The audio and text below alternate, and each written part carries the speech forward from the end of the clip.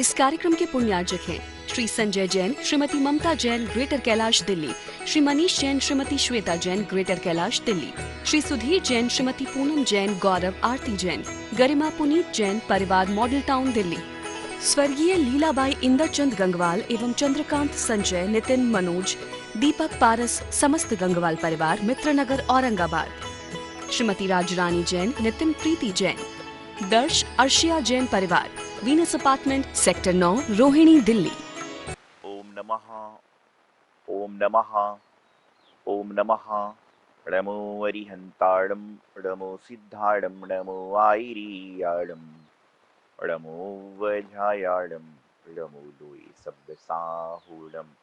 जय बोलिए अनंतानंत सिद्ध परमेष्ठी भगवान की, देवाधिकृत श्री आदिनाथ भगवान की, देवाधिकृत श्री शांतिनाथ भगवान की, चित चमत्कारी चिंतामणि पारसनाथ भगवान की, विश्व प्रभु महावीर भगवान की, आचार्य श्री श्रीमती सागर जी महाराज की, आचार्य गुरुवर सिद्धांत सागर जी महाराज की। महानुभाव, जीवन में संपत्ति आती है तो उसके साथ में 10 लोग खड़े हो जाते हैं, लेकिन जब विपत्ति आती है तो उस समय जीवन में जो साथ में लोग खड़े हैं वह भी गायब हो जाते हैं, क्योंकि संपत्ति सभी को अच्छी लगती है, विपत्ति किसी को भी अच्छी नहीं लगती। ये दुनिया का रिवाज है, ये दुनिया की रीति है, ये दुनिया का खेल है, ये संसार का ऐसा चक्र है कि यहाँ पर संपत्ति को पाना हर कोई चाहता है और विपत्ति से दूर हर कोई भागना चाहता है। आज जीवन में हर व्यक्ति संपत्तिवान बनना चाहता है और विपत्ति से दूर भागना चाहता है। तो क्यों ना ऐसे कार्य किए जाएं कि संपत्ति मिले ना मिले, लेकिन कम से कम जीवन में कहीं विपत्ति तो ना आए। जीवन में संपत्ति मिले ना मिले, लेकिन कम से कम विपत्ति तो जीवन में ना आए, उलझने तो जीवन में ना आए, परेशानी तो जीवन में ना आए। उसका कारण क्या है कि जब आप हिस्सेदारी करते हो तो परिवार के लोग हों, रिश्तेदार हों, नातेदार हों, ये सब लोग संपत्ति में तो साथी हैं, संपत्ति में तो हमेशा साथ रहते हैं, लेकिन विपत्ति जब आती है तो उस समय सभी लोग दूर दूर भागना चाहते हैं। क्यों? क्योंकि कभी भी आपने किसी की विपत्ति में साथ नहीं दिया, किसी भी आपकी समस्या में आपने साथ नहीं दिया, किसी की परेशानी में आपने साथ नहीं दिया। जब वह सुख में था, जब तो तुम हमेशा साथ में रहे, और जब दुख आया तो हम लोग उसके आसपास ही नहीं गए। कोई स्थिति तो हमारे साथ बनती। और मैं एक बात हमेशा कहता हूँ कि सुख में तो सारा संसार व्यक्ति के साथ में होता है, लेकिन दुख में जो साथ होता है वही बिरले लोग हुआ करते हैं। दुख में, परेशानी में, विपत्ति में जो साथ देता है, सही साथ तो है। शादी के समय तो सारा संसार साथ है, लेकिन शादी के बाद यदि कोई घटना घट जावे तो उस समय कितने लोग साथ होते हैं, यह बड़ा महत्वपूर्ण बात है। ध्यान रखना, जो लोग शादी में नाच रहे हैं, गा रहे हैं, खाना खा रहे हैं, सब कुछ कर रहे हैं। और आपको एक और बात बता दूं कि आज दुनिया में दिखावा इतना हो चला है, ढकोसला इतना हो चला है, व्यवस्थाएं इतनी हो चली हैं। लोग मेरे पास में आते हैं, कहते हैं महाराज जी, उस व्यक्ति के घर में शादी पर गया था, इतनी सुंदर व्यवस्थाएं, इतनी सुंदर व्यवस्था थी, मत पूछिए आप। इतने तरह तरह के खाने, तरह तरह का पेय पदार्थ, तरह तरह के व्यंजन, तरह तरह की चीजें थी। तो मैंने उस व्यक्ति से पूछा कि तुमने कभी उसके घर पर जाकर खाना किया है? बोले महाराज जी, उसने तो कभी बुलाया ही नहीं। मैंने कहा, उसने तुम्हें खाना खाने नहीं बुलाया, बल्कि उसने तुम्हें अपनी शान शौकत दिखाने बुलाया था। उसने तुम्हें अपनी व्यवस्था बताने आया था कि तुम जाकर 4 लोगों को बोलो कि उसने देखो कितना बढ़िया इंतजाम किया था। अरे, जो व्यक्ति कभी तुम्हें घर में भोजन को नहीं बुला रहा है, घर में लंच को नहीं बुला रहा है, घर में ब्रेकफास्ट को नहीं बुला रहा है, वह शादी ब्याह में किस लिए बुलाता है? ये तो एक व्यवस्था बन चुकी है। जैसे कि शादी में, सगाई में, जन्मदिन पर आप जाते हो, और आप जाकर, जब पहले के जमाने में, बचपन में जब मैं शादी में आदि में गया था, तो मैंने देखा लिफाफे दे देते और एक व्यक्ति लिफाफा लेकर बैठकर लिखता रहता था। तो उस समय मुझे समझ में नहीं आता।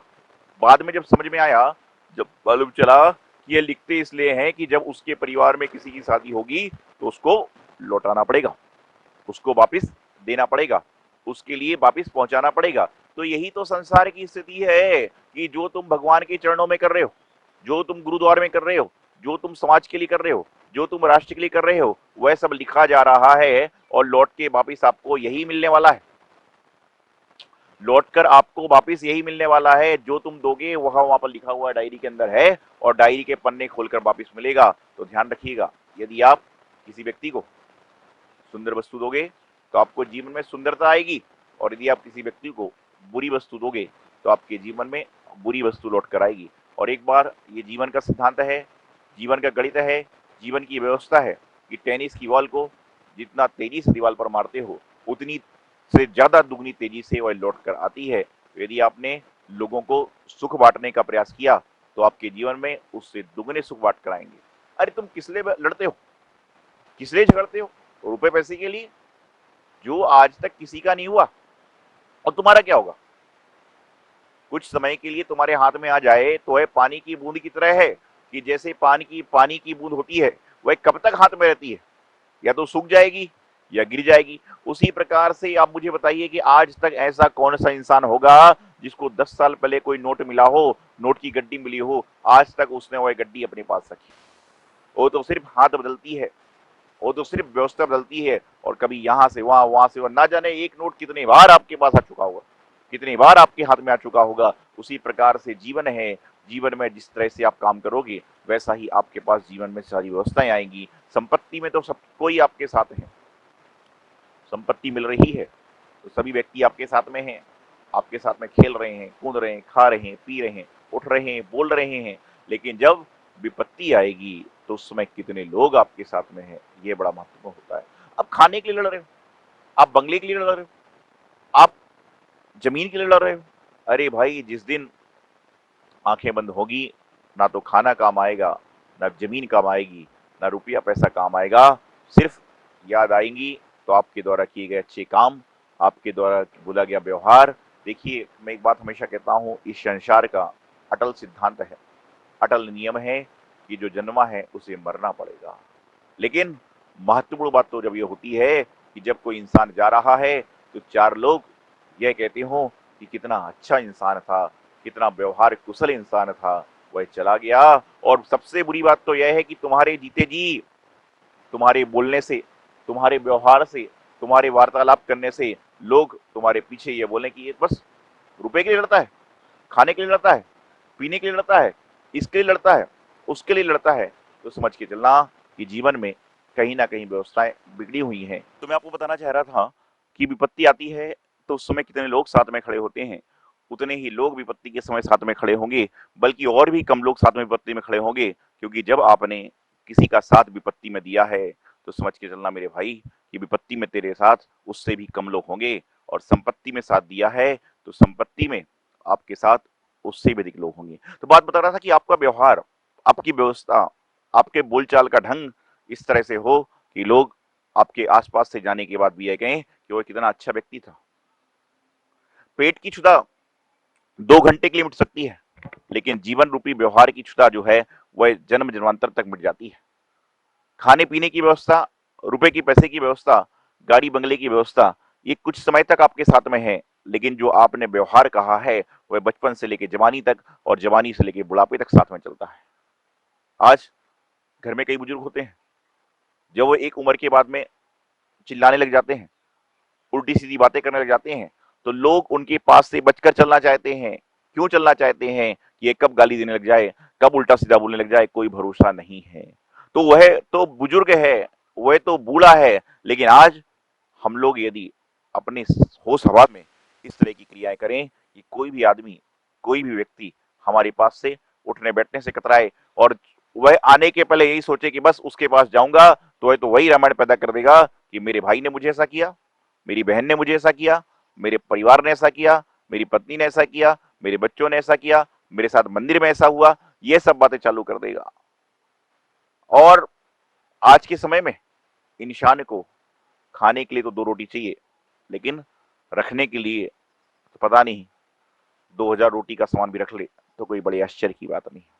आपका जीवन, आपका व्यवहार, आपकी संगति, आपकी व्यवस्था, आपकी क्रियाएं, ये सब चीजें निर्भर करती हैं कि आप अपने जीवन को कितना गतिमान बना रहे हो, आप अपने जीवन को कितना सुशील बना रहे हो, आप अपने जीवन को कितना सुंदर बना रहे हो।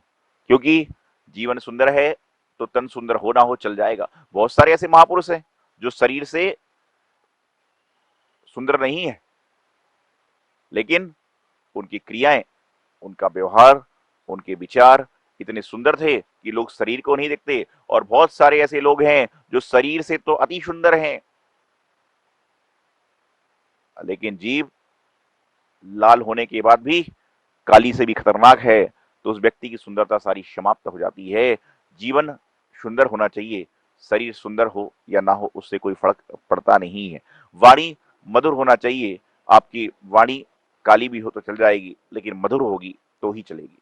जीवन में संपत्ति का जब बंटवारा होगा तो उस समय आपके परिवार का वह व्यक्ति भी मांगने आ जाएगा जिसको आपने सालों से नहीं देखा, लेकिन जब विपत्ति का बंटवारे का समय आएगा तो आपके आस पड़ोस का वह व्यक्ति भी जो आपका एकदम खास है, जो आपके पास है, जो आपके साथ रहता है, वह भी आपसे कोसों दूर चला जाएगा, जैसे वह आपके को जानता ही नहीं। क्योंकि यह काम हम सब करते हैं, यह काम हम एक दूसरे के प्रति कर रहे हैं। आज आपको बताता हूं कि आदमी कोई भी वेश धारण कर ले, चाहे वह पुजारी बन जाए, चाहे संत बन जाए, चाहे वह परमात्मा के निकट पहुंचने वाला क्यों ना हो, चाहे वह टीचर बन जाए, चाहे इंजीनियर बन जाए, चाहे कुछ भी बन जाए, लेकिन यदि उसके अंदर के भावों का परिवर्तन नहीं है तो मात्र चोला धारण किया है, मात्र पर्याय धारण करी है, उससे कोई फर्क पड़ने वाला जीवन में नहीं है।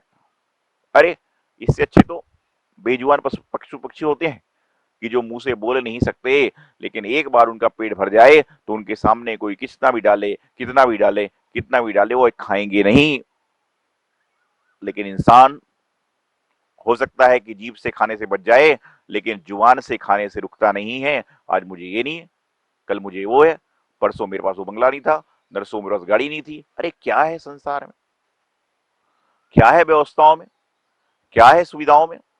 इन सुविधाओं के चक्कर चक्कर चक्कर करते करते आदमी के हाथों में झुर्रियां पड़ गई, आंखों की रोशनी चली गई, कानों में सुनाई कम दे रहा है, लेकिन उसके बाद में भी आदमी सुविधाओं में लगा हुआ है, भोग विलास में लगा हुआ है, खाने पीने की वस्तु में लगा रखा है। आज मैं आपको एक बात बताना चाहता हूं कि इंसान चाहे रोटी खाए, चाहे हलवा पूड़ी खाए, चाहे दूध पिए, चाहे शरबत पिए, चाहे ठंडाई पिए, चाहे कोई भी चीजें खाए, चाहे फल खाए, चाहे फ्रूट खाए, चाहे ड्राई फ्रूट खाए, कुछ भी खा लीजिए, लेकिन जो है अगले दिन तक सारी की सारी व्यवस्थाएं समाप्त हो जाती हैं और अगले दिन फिर भोजन के लिए निकलना पड़ता है। तृप्ति किसे कहते हैं? तृप्ति तो वह है कि जिसको मिलने के बाद जीवन में किसी और चीज की मिलने की आकांक्षा ना रहे। तृप्ति वह नहीं कहलाती कि जिसको मिलने के बाद आकांक्षा बढ़ जाए, ये तो आपकी तृप्ति नहीं है, ये तो आपकी वासना है, ये तो आपका विषय भोग के प्रति आपकी रुचि है। बल्कि तृप्ति तो वह है कि जो एक बार जीवन में आ गई तो दोबारा भाव ना हो। अरे क्या सोचिए, आज मैं हमेशा एक बात कहता हूं कि कभी घर में बैठकर डाइनिंग टेबल पर भोजन कर रहे हो और हो सकता है घर की व्यवस्था अनुसार वहां पर मात्र दाल और एक सब्जी बनी हो, तो घर में पत्नी को, परिवार वालों को चिल्लाइए मत कि आज एक ही सब्जी बनाई, बल्कि सामने खिड़की से झांक कर देखिए कि आपके इस घर के सामने जो खड़ा हुआ है, धूप में खड़ा हुआ है, उसको तो सब्जी रोटी क्या कुछ भी नसीब नहीं हो रहा है।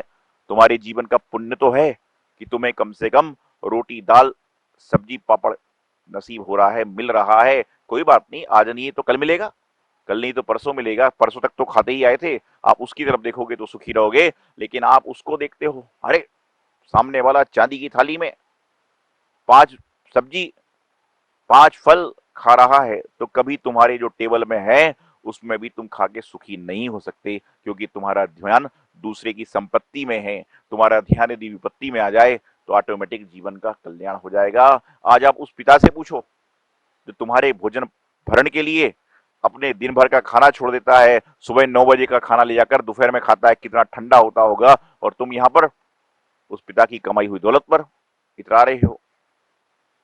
इससे काम नहीं होगा। जीवन में संपत्ति में भागीदार तो बहुत बन जाएंगे, लेकिन जो विपत्ति में भागीदार बनते हैं वही इस दुनिया में बिरले महापुरुष होते हैं। तो सभी लोग संपत्ति से साथ में तो रहने का प्रयास करते हैं, लेकिन विपत्ति में भी साथ में रहो तो ही जीवन कल्याण होगा। इति अल्पम। आचार्य गुरुदेव सिद्धांत सागर जी महाराज।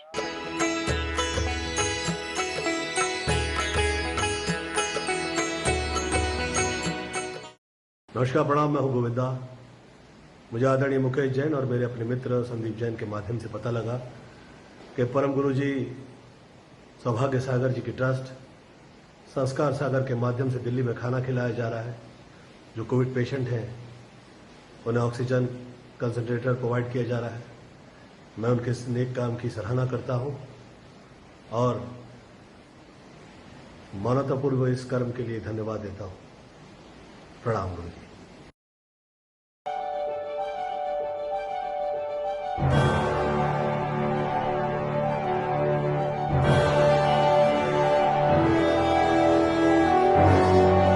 चिंतामणि पार्श्वनाथ भगवान की जय।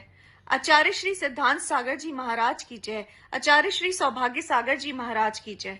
परम पूज्य गुरुदेव बाल योगी आचार्य श्री 108 सौभाग्य सागर जी महाराज की प्रेरणा एवं आशीर्वाद से दिल्ली क्षेत्र में मुनिसुव्रत तीर्थ का भव्य निर्माण कार्य प्रगति से चल रहा है, जहां पर 24 तीर्थंकरों की 24 वेदियों का निर्माण होगा और प्रत्येक वेदी पर 24 भगवान की 7-7 इंच की प्रतिमाएं विराजमान होंगी।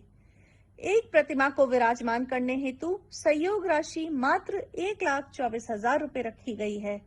आप अपने परिवार की ओर से प्रतिमा स्थापित कर धर्म लाभ ले सकते हैं। यहाँ के जिन चित्तालय में प्रतिदिन विशेष पंचामृत अभिषेक शांति धारा होती है, जो भी महानुभाव अपने या अपने परिवार की ओर से अभिषेक और शांति धारा करना चाहते हैं, वो नीचे दिए गए संयोजकों से संपर्क कर अपना नाम आरक्षित कर पुण्यार्जन कर सकते हैं। इस कार्यक्रम के पुण्यार्जक हैं श्री संजय जैन, श्रीमती ममता जैन, ग्रेटर कैलाश दिल्ली, श्री मनीष जैन, श्रीमती श्वेता जैन, ग्रेटर कैलाश दिल्ली, श्री सुधीर जैन, श्रीमती पूनम जैन, गौरव आरती जैन, गरिमा पुनीत जैन, परिवार मॉडल टाउन दिल्ली, स्वर्गीय लीलाबाई इंदरचंद गंगवाल एवं चंद्रकांत संजय, नितिन मनोज, दीपक पारस, समस्त गंगवाल परिवार, मित्रनगर औरंगाबाद, श्रीमती राजरानी जैन, नितिन प्रीति जैन, दर्श अर्शिया जैन परिवार, Venus apartment, sector 9, Rohini Delhi.